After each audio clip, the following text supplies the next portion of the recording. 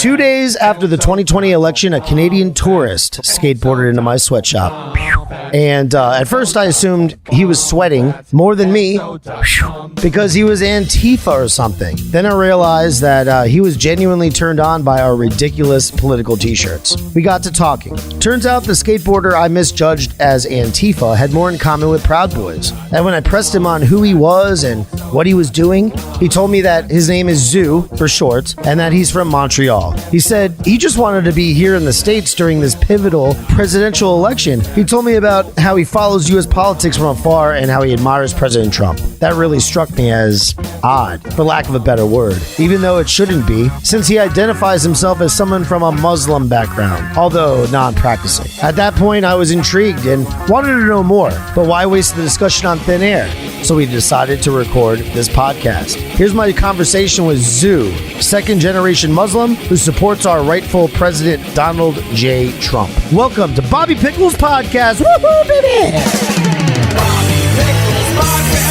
That's impromptu. Gonna start right now, actually. I think I'm gonna entitle this Second Generation Muslim Wanders into the Sweatshop the day after, 2 days after the 2020 presidential election, right? Yes. And then we start engaging in conversation. Mm-hmm. And one thing led to another. We're talking for an hour already. I said, why don't we just come over and do the podcast, man? So, what's your name? ZOUHIR. Nice to meet you, by the way. Nice meeting you, man. I'm Bobby. Yes. And Nice your name's Bobby. ZOUHIR? Yeah, ZOUHIR for short. Else it's ZOUHIR, 6 letters, so ZOUHIR. Okay, and that's But like, ZOUHIR is for that a short, traditional like Muslim name or Yeah, it's a Moroccan Islamic name. It's pretty common, but people are not transcribing it properly, so it's not necessarily spelled the way it sounds like. So I guess a little different, but yeah, the way they chose is 6 letters long. Yeah, and so. you're not an American. You're from I'm actually born in Montreal. Montreal. So yeah, So- Montreal, Canada. French speaking. Yes, I do speak French. Like you were saying, manger de la merde. Oh yeah. The only voulez-vous manger la marde? There we go. The only Would you like to eat the only shit? French I know. Which is pretty much the literal transcription. Please eat shit. Would you please? So yeah, we were having a really interesting conversation. You know, we were talking about. You know, I'm not gonna lie. The first impression I had when you came in and you were taking a look at the shop, I thought you were an Antifa.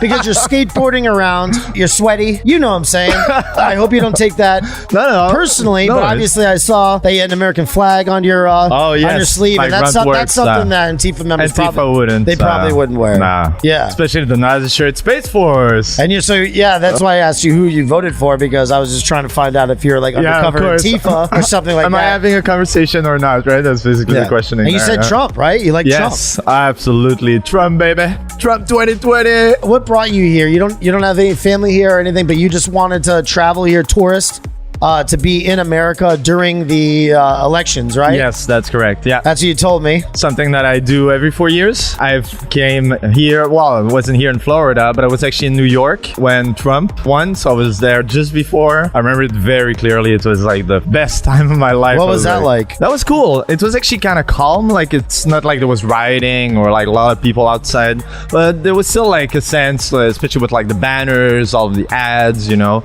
And I really felt like it was a great time. I just loved being part of the environment, see how people felt and how they could still discuss it. Maybe it's not the case as much anymore, but how they could discuss their differences and actually get to an understanding wherever the side they were on, right?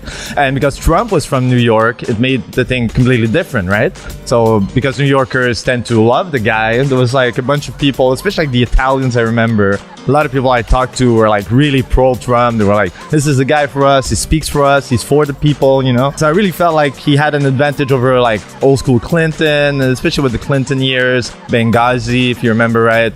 All of that just happened like a few years before that. So obviously she wasn't in good terms with the public. Italians in New York backing Trump. Man. And they protected the statue as well, right? Columbus? Well, man. absolutely. And then down in, South Philly?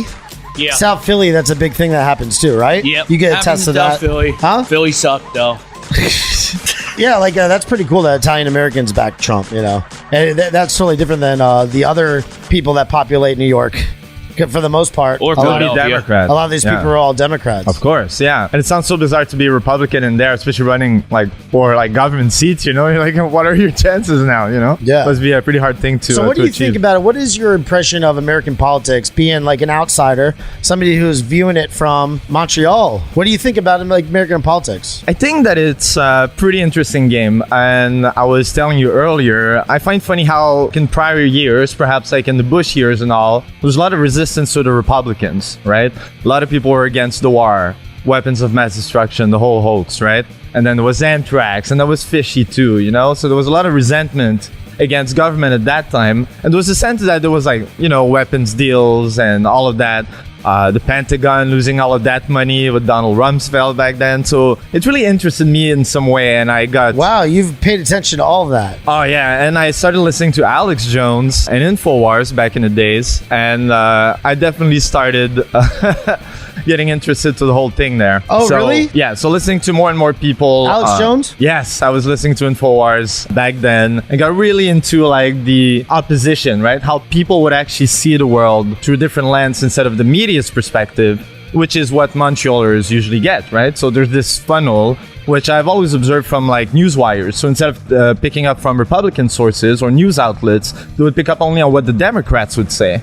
So you can almost see that the world's is more in cahoots with the liberal media because that's the only information that they're getting, right? So there's always this bias that they have. So of course, Montreal and in Quebec, it's pretty socialist. So I guess it's a completely different environment. But I always love Second Amendment, you know, free speech. We don't have that in Montreal, you know. There's no guns whatsoever. It's pretty much like New York, but at least you could have one, right? But just that, and I got interested into it more and more. And then 2004, 2008, I was more and more into it, especially with all of these school shootings.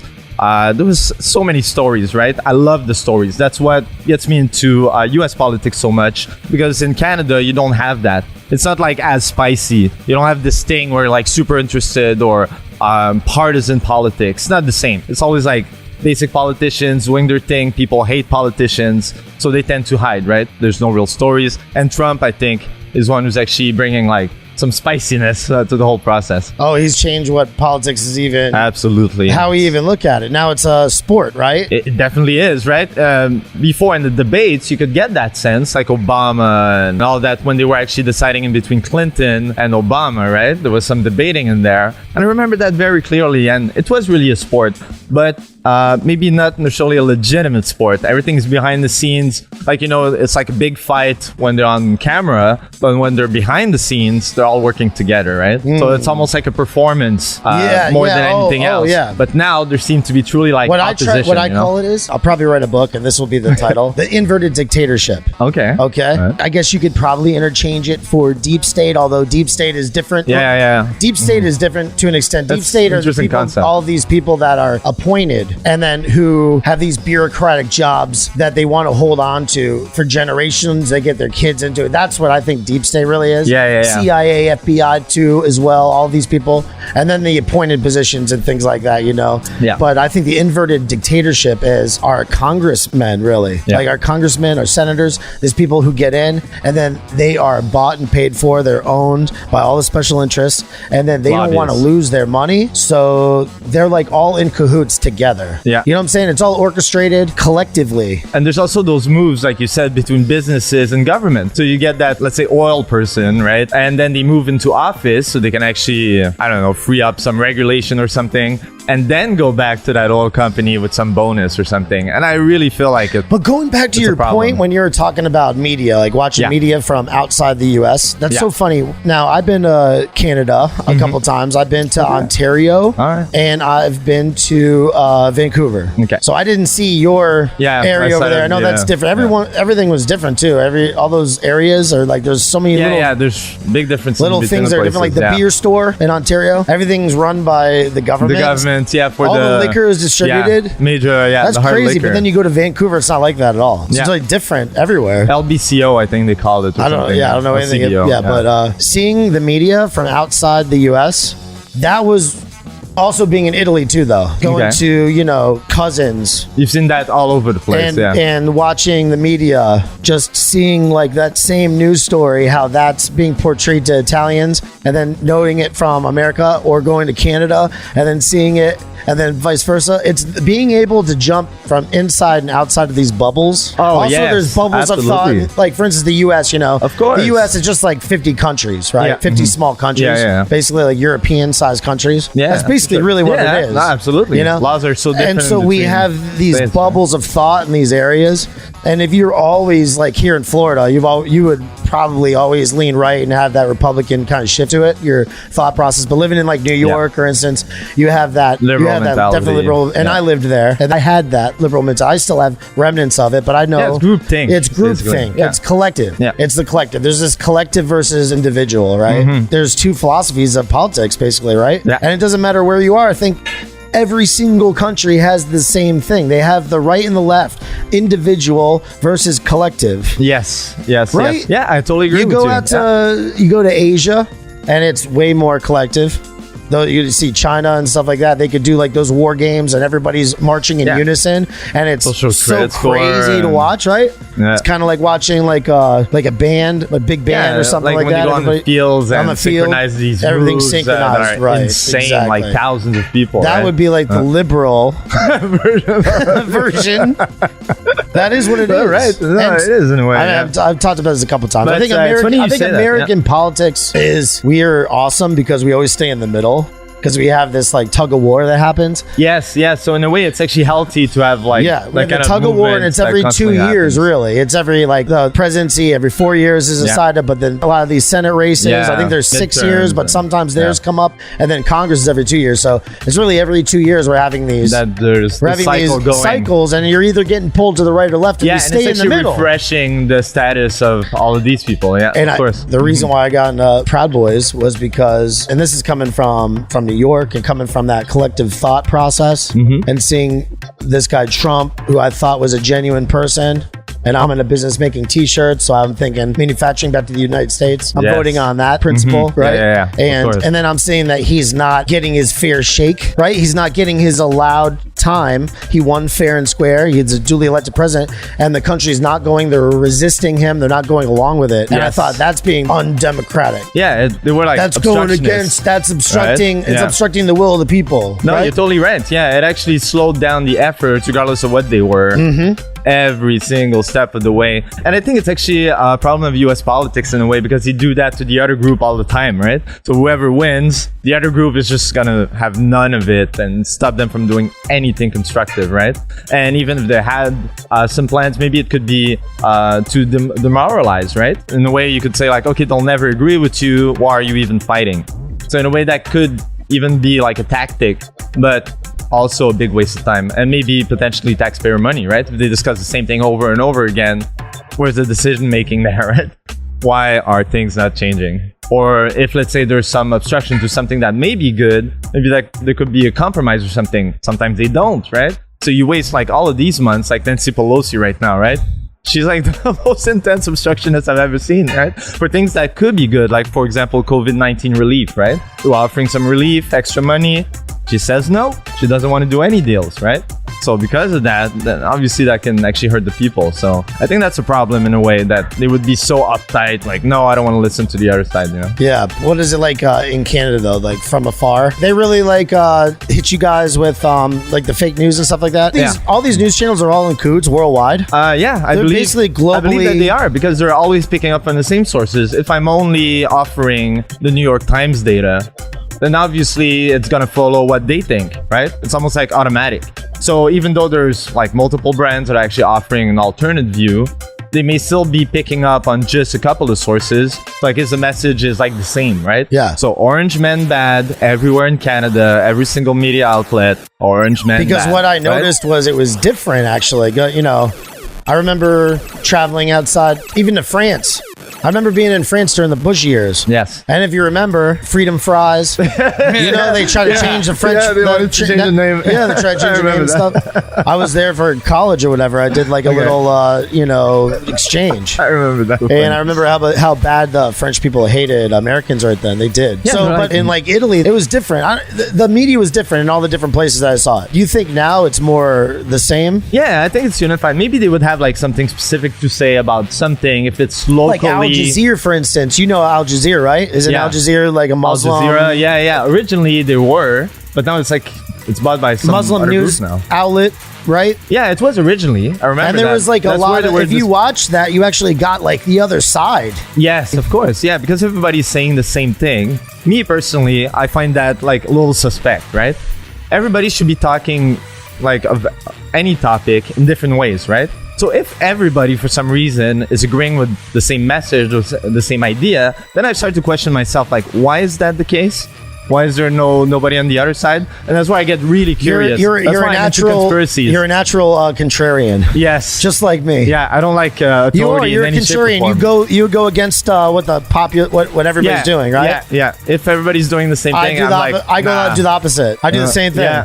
What everybody's doing. Yeah. Like I kind of saw it during 2008 too. I saw it during the bubble when the economic crisis happened and the mortgages, all the mortgages and stuff like that. When that happened. Yes. I saw how the frenzy of people buying houses, how everybody was buying houses, and they thought they were going to get rich, right? Everybody thought they were going to get rich and stuff, and they're going to make. I knew that was some bullshit. That was crazy. Yeah, the banks literally they were offering loans that weren't even guaranteed. All of these things constantly happen throughout history. There's all these people behind the scenes manipulating things, using the media, using other things in order to make the people act a certain way. Yeah, it could be perhaps their own will, like they just want something to be done because they love power, right? And they see all of these people move the same way and they're like, okay, that's perfect. All right. You wanted houses? Now pay for them, right? Ghost towns all over the place. Remember Detroit? Like there was some areas over there that was just like completely empty. You could buy lots for like $1 and stuff.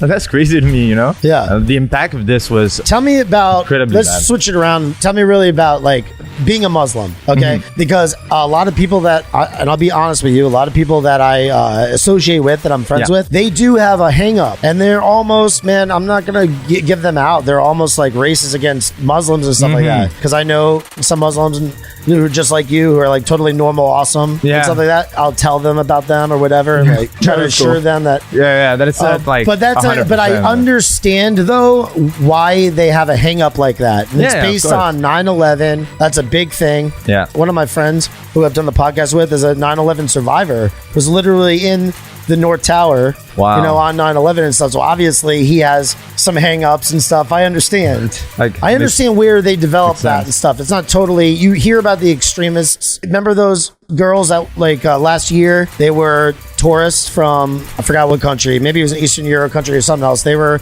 in some Muslim world country, and they were Poland, they were decapitated. Yeah. They were saying oh no, everybody's They're peaceful. Just like everybody's peaceful. They liberal, wanted to make a point about very liberal, it, right? Yeah, they wanted to make a point that they can go travel, and they were decapitated, right? So you hear about these things, and I've even experienced it myself living up north. Yeah, I used to go to a barber, and the barber, he was awesome. He cut my hair really good and he faded me up and stuff like that. But while I was there, he would always talk about Jews and how, and he would and he was a Muslim guy, and he would slowly be planting seeds with me. And I knew what was going on, and I, kind of went with it too a little bit and stuff like that and heard him out. But he was definitely somebody who is trying to convert people to the ways of, I think being an extremist Muslim, not being a normal. Yeah, no, of course. Yeah. So what is that? Tell me about this, because you're a good example of somebody, I think. Maybe not fully because you're not really practicing, right? Yeah, no, I'm not. And the thing, I think it's open-mindedness. Is Islam a religion of peace, or is it a religion of hate and stuff like that, and for people to be scared of? Yeah, the ultimate question. So I guess that's the ultimate question. Yeah, in a way, because you would always get that kind of infiltration, right, of the extremist element into any kind of group, right? It could be literally any other group. And it's funny because that makes me think a little bit of the Jewish people. So sometimes you meet a Jewish person and they're completely normal. There's absolutely nothing. It's not like they're Orthodox or they're secular. Like owner of a bank, you know. You said you go to New York and you go, that's where you're in Florida also. South Florida and New York are both major hubs of secular Judaism. Okay. Right. And these people are just American Jews. Florida, But you'll see the difference in the people that are actually from like Israel. Yes, and then you'll see the difference of the Orthodox, like Hasidim. And they're totally different. Yeah, it's crazy. So in that case, there's all of these groups as well in the Muslim faith, right? To the point where you also have those second and third generation people who may have been born from perhaps practicing Muslims, but each one of them have different like ways to actually abide to the faith as well. So in case, for example, you mean like assimilation? Yeah. So in the case, for example, my parents wanted to come here because they felt their own country was not the right place to be at. So in case they literally changed to get a better system. So in case they wanted to actually adapt and go to a different society and actually get things going, a family and whatever. Which is very different than other people that may decide to come here and then just stay the same, right? 100%. Oh, I want to go to America so bad to live the same way I did in my own country. Like, what's the point, right? There should be some kind of like adaptation that should occur, right? And that's what happened in my case. So not being really pushed into it, I finally decided like religion was not a thing for me. So it stopped really quickly and I never really did anything special. And they weren't also forcing me into that kind of stuff, right? Which I think may be a problem too, right? Because there's a lot of extremist element, and we were exemplifying earlier in the UK, some places may have Sharia law, perhaps in France and other places like that, where obviously that's a problem. Like if you close off parts of society to people, it'll be like, oh, in my own country, we used to go to this area, we can't anymore. Because, there's like this extra layer of policing that gets done by Muslim people. You'll feel persecuted, of course, right? It's going to be the enemy automatically. They're stopping me from chilling in that area, right?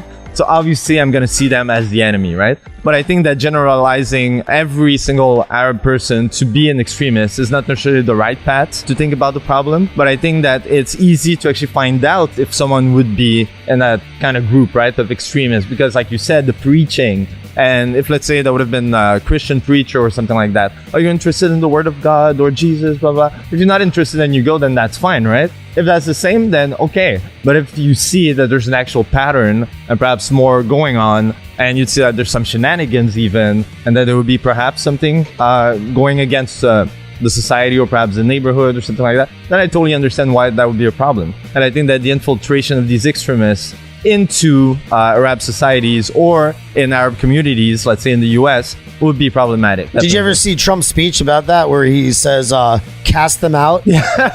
Right? He says, like, cast them out of your mosques, all these extremists. I've seen that. And I think that's a good thing. I mean, if there's any, like, it really depends because, like, there's freedom of speech, of course. So in that case, if it's only talking, but if there's moves, right? Like, I'm going to buy a stockpile of weapons and I'm going to create this guerrilla group or something, right? And obviously there will be a need to stop them, you know? You don't want an insurrection, right?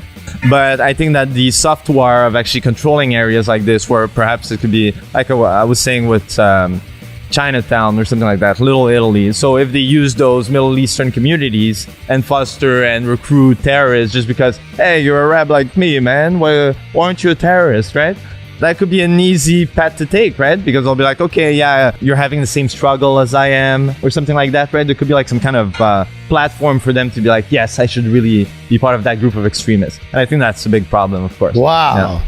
But you had a different experience. You actually, I think what the thing is, I never was with those Arab people when I was young. How old were you when you felt like religion wasn't for you? Very young. Like, I was, I guess, in high school or something. Like, I would remember, were your parents liberal, would you say? Maybe. They are, right? They're like hippies. Come on. They're kind of conservative. Yeah. But in a way, they never really felt like they should indoctrinate me, right? The more like they would give me choice. Orthodox, I guess. I don't know what the word is for Muslim. The more orthodox practicing. Wouldn't they be more conservative? Right? Yeah, then my parents, yes, of course. Yeah, we could say in a way they could be more liberal, perhaps. They're probably more liberal. Yeah, in a way, yeah. But freedom of thought and choice. But liberal was a different thing for our folks.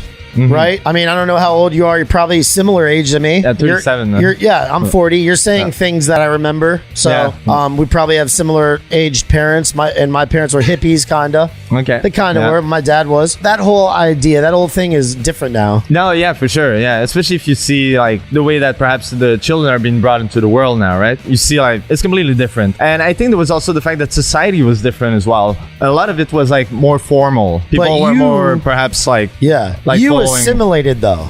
That's the thing. In the country where I was living, yes, I think the problem with a lot of these groups are they come in here and then they don't assimilate. Yeah, that's the problem. Yeah. Like if you're going to come to America, it's a melting pot. I heard somebody say this before. It's not like a bowl full of M&Ms. You had a bowl full of M&Ms. It's not really mixing. You still see all the different colors. Yeah. We're a melting pot, though. We melt together and like into something else, something new, with remnants of the old thing.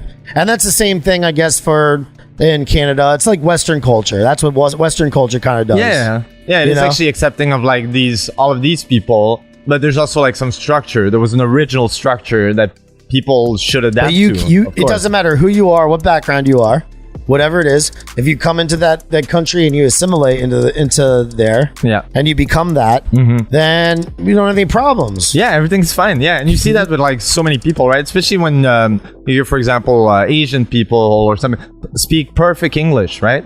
So I guess that's the perfect embodiment. Yeah, it's a perfect embodiment of what assimilating would be. In that case, it doesn't stop them from speaking their own language and to have all of that extra background, right? Which is actually valuable, right? The fact that you know way more than perhaps someone who would just be born into a single funnel or something like that, right? Yeah. So in that case, obviously it's helpful, but it's also expanding your mindset. You're smarter in a way if you consider all of these elements and adapting to them, right? So I live to the system. Like, for example, there could be some people that could say, I'm persecuted, right? Everybody thinks I'm a terrorist or something. I don't live like that, just because I have this expanded mind, right? So I'm not able to actually feel that way.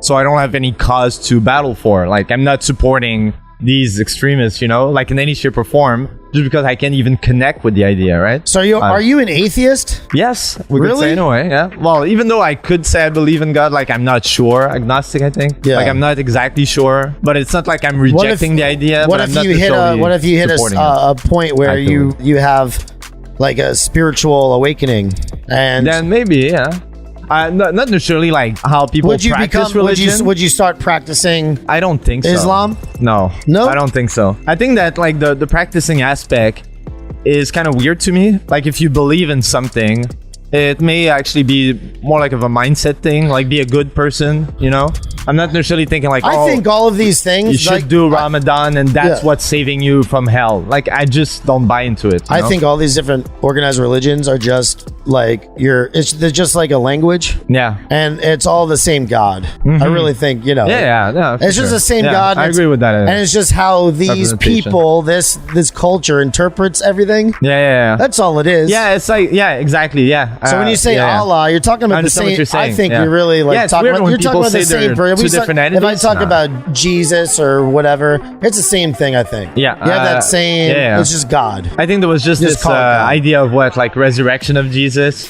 Like I think the Muslims. Don't read into it. It's just all ridiculous anyway. Yeah, it's funny to me. All of the different stories are ridiculous. Yeah, no, for sure. Yeah, I totally agree with you. Don't read into the ridiculous stories. Yeah. At some point, I think where you hit is just, you know what? We are immortal. Everybody's gonna die someday. We all bleed red. If it really came down to it, and you need a blood transfusion, it doesn't matter what color the other person is, right? Exactly. Yeah. And we're all gonna die someday. We are finite creatures, dude. When you have like a parent pass away or something, that hits you hard. Yeah. And then you might get woken up and get spiritual. And the grief. And there's also the midlife crisis you might be like, thing. But you might be like, damn, is it really bad to believe in God? Is it like bad? No. It's I think a lot of times these people that are just sure that there's no God and they believe so much about science. These scientists are human beings who are going to die someday, but they're stupid idiots. But science doctors are stupid idiots. Lawyers are stupid idiots. They are. All of them. Every single person on this earth is a stupid idiot. And they're not smarter than you or me or anybody else. I don't even think that science itself in its entirety is factual like that. No, it's not. It's not. They're idiots. I mean, like for instance, in the medical field, they call it a medical practice. So it's not set in stone. I mean, for instance, one medicine may work for me, and you may be highly allergic to where you die. Yeah, so... I mean, but yet the general consensus or fact says that science back. No, it's a practice. Everything is a practice. And that goes kind of to religion. Like, everything is a practice. None of it is, to me, factual. Can anybody actually pull all the, I guess, religious artifacts from every book out there? No, and people have a lot of it. I think is not cross-referenced, but like they're the same thing, just named differently in a different religion and a group of people. Yep. I like this idea. It's especially funny when you look at like old books, right? Like encyclopedias, right? That were like printed. It's so funny looking at like history from that lens. And you can see how things change like constantly. Like they would think of like, let's say plastic Like or my whatever. like my grandfather's encyclopedias from like the 1960s. You flipping through it, you're looking at all that stuff. Yeah, absolutely. It's so interesting to read those books. Yeah, and it's so weird how it moves constantly. Like it could literally, the book could be completely like irrelevant, you know? Like, oh yeah, you'd be like, okay, there's nothing like the Big Bang Theory, man, and all that stuff. Right? You know what? I couldn't believe my grandmother and my uncle didn't believe in evolution. I couldn't believe it. I couldn't Really? believe. Wow. I couldn't believe that was possible. I thought it was like, oh my god, are these like retarded? These people, right? Yes. But then I was like, nah, I don't know. I don't think they are actually now. Now in hindsight, I don't. I don't just take those things as at face value anymore. Yeah, the more you grow, the more you think about it through, right? Yeah. Or be like, okay, why aren't like chimpanzees we don't know anything. getting human? My more Uncle and more, Mark said, right? Or I wasn't a whatever. monkey, you were a monkey. Yeah. And you know what? He's brilliant, actually. Right. It's so idiotic. It's brilliant. And it's true. Dude, scientists don't know shit, man. Doctors don't know shit. Climate change. Attorneys don't know shit. Do you guys remember acid rains? No things that you like hold in reverence that you like and you value and you go, wow, look at that person. That person's trade is like so above. That's bullshit. It's not. It's all a charade. Like think of I like agree. the ozone layer and all of it, right? Like the ozone layer and I just think of like all of these stories and we're saying like the world will end in like 5 years, right? And that was like in the 80s, like what's happening? Kind of late now, you know? Yeah. And they're still doing it. Environmentalists, I remember Greenpeace and all of Al that. Gore right? saying all the global warming stuff, and Of course. And you're like, till here. okay, is there no acid rain anymore? Like, just this idea doesn't exist anymore. Like, everybody, and like you said, there was so much energy spent on that for it to be completely irrelevant just a few years later, which I find very interesting. All of this energy spending to make it true, and then it's all bullshit, you know? Like, after a few years, you're just like, wow, I just avoided it all, right? You never like went into it, because I would feel kind of bad if you were lied to for so long and then realize it like super late. Instead, you just discover it from the get-go. Like you'd be like, okay, I'm doubting this, right? You're never like buying into everything in advance, right? Up until we have more data. You're so woke. Yeah. Yeah, not to use that liberal term. I know it's cringe, but you're awake. Yeah, analyzing stuff. You for really are what they awake. are. Yeah. First, can we just call before it making- eyes open?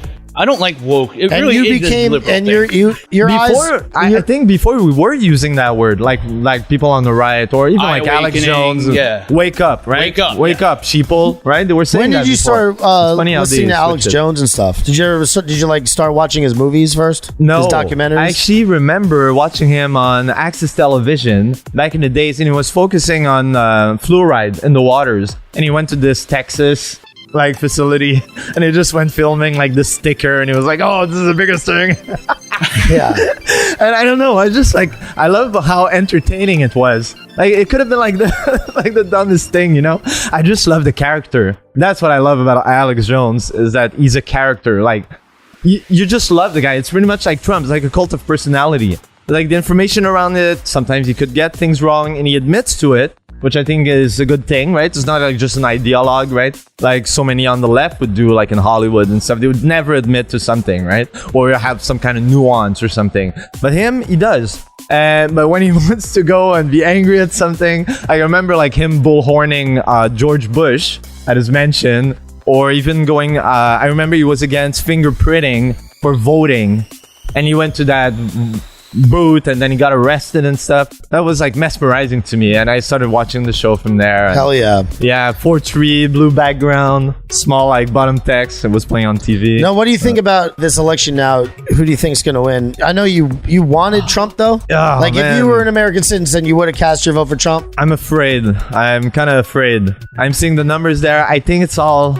mostly propaganda to make it feel, and I think that could be also a strategy for people to not riot, but there's still some, right? There's Portland, of course, but it seems like it's smoother because they're not like finishing up, so people tend to like lose their attention on it, right? The attention span is so low these days, right?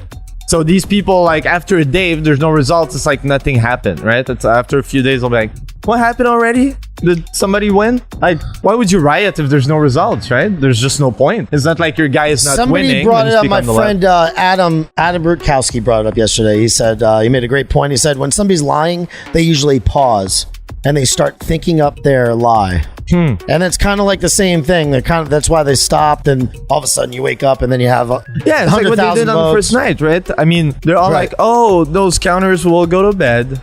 Oh, that's it. Oh, yeah, this is the most important election of forever. And But no, we don't everybody's have gonna an go evening team Everybody's to going count to go the to bed, freaking though, votes. and stop Like, counting. what? And then, suddenly, like, all of these ballots come in, 100% for Biden.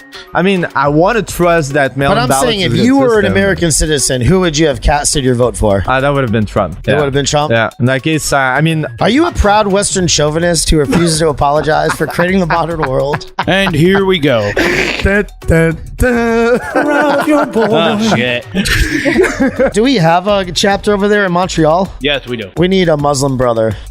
Just to make I it. mean, I agree with that in general. I'm all about diversity. I think we do. I think No, I think we need it. No I think matter we're gonna what, have to where we get are. you into the vetting process or something, man. Uh-oh. I don't know. What do you know about the Proud Boys? Not much. I mean, I know that Joe Biggs. Yeah, that's right. You said you did. I heard was a You visitor did of drop your his store. name, didn't you? Yes. And you know him from Alex Jones. Yes, he was actually a contributor, and then there was something that happened after. Was it Pizzagate? I think that was right after Pizzagate. And then there was this guy in DC who went to the a pizza place, right? So And you know he's a Proud Boy and he lives in Florida. yes. Oh, He only yeah, lives- I didn't know. Yeah, he only lives 2 hours north of here. Oh, interesting. And there was this other guy, Gavin McInnes. Yep. Who, of Yes, you know course, about that. Canadian. Yes, of that's course. right. Canadian. Correct. But he did leave quite early in his career and went to the US and became a citizen quite recently, actually. Yeah. Well, a few Is years he back. a citizen? Yeah, he is now. Yeah. Okay. I think he went through the process, and it took a while though. I'm not too sure how it works for like media people, because I know that there's like this vetting about like, are you useful to the US right now? And I guess he was, or that he needed to actually spend the time. I think it's half of your years here, and you need 6 years first of time here before you can actually consider it. Right. So yeah, maybe And then have after you 10 heard about the years, racist stuff and everything like that too? Yeah, and the fact that he was actually even like shadow banned originally. Well, actually, he has some crazy opinions about Muslims, though. Yeah, and I know that's that about ever- women as well. Yeah. I mean, Have you heard his opinions on Muslims? Not specifically. I must have heard them, but they don't bother me. I mean, He says a lot of stuff in jest, though. yeah, of course. And I mean, he also is looking through a certain lens as well. Like, if he wants to speak of bad people in the Muslim faith, then of course, most of what he's going to talk about will be negative stuff against these people, right? Or the culture. Because I do remember the argument about, like, I'll say that your culture is shitty, right? Instead of, like, I'm being racist, I'm saying the culture is shitty. So it's not the same. So basically, just like that extremist Muslim at the barbershop, yeah. I'm doing the same thing to you. I am trying Yeah. to be like, But I'm You trying to totally get you are. into- Proud Boys Recruiter of the Year, right? Yeah. But You scum. Russian scum. All right. Well, you know what? I just wanted to do an impromptu podcast. Everything's good. Everything's recorded, right? Yeah, 45 minutes roughly. Yeah. Just a fast thing. Yeah, You know, you disgusting. came in. I Was don't, not planned Banging at your all. head. what's the name one more time? Zoo. It's pretty Zoo. easy. ZU, right? ZOUHIR. Online, it's going to be under Elijah Zoo Bailey.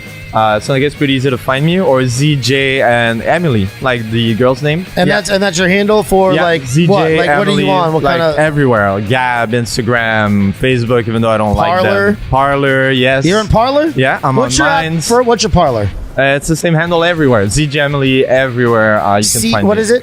Z as in Zulu, J as in Juliet, and then Emily, like the girl's name. Nice. So EMI. Is that your wife or? No, that's actually part of my last name. Oh, it is. So like it's yeah. Oh, so, sweet, nice. Yeah, so that's the reason why my handle is this So way.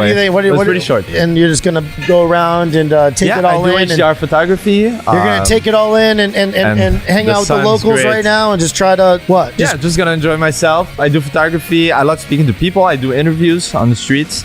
I love talking to people about their politics, even though most of them are low info voters. Have you noticed that?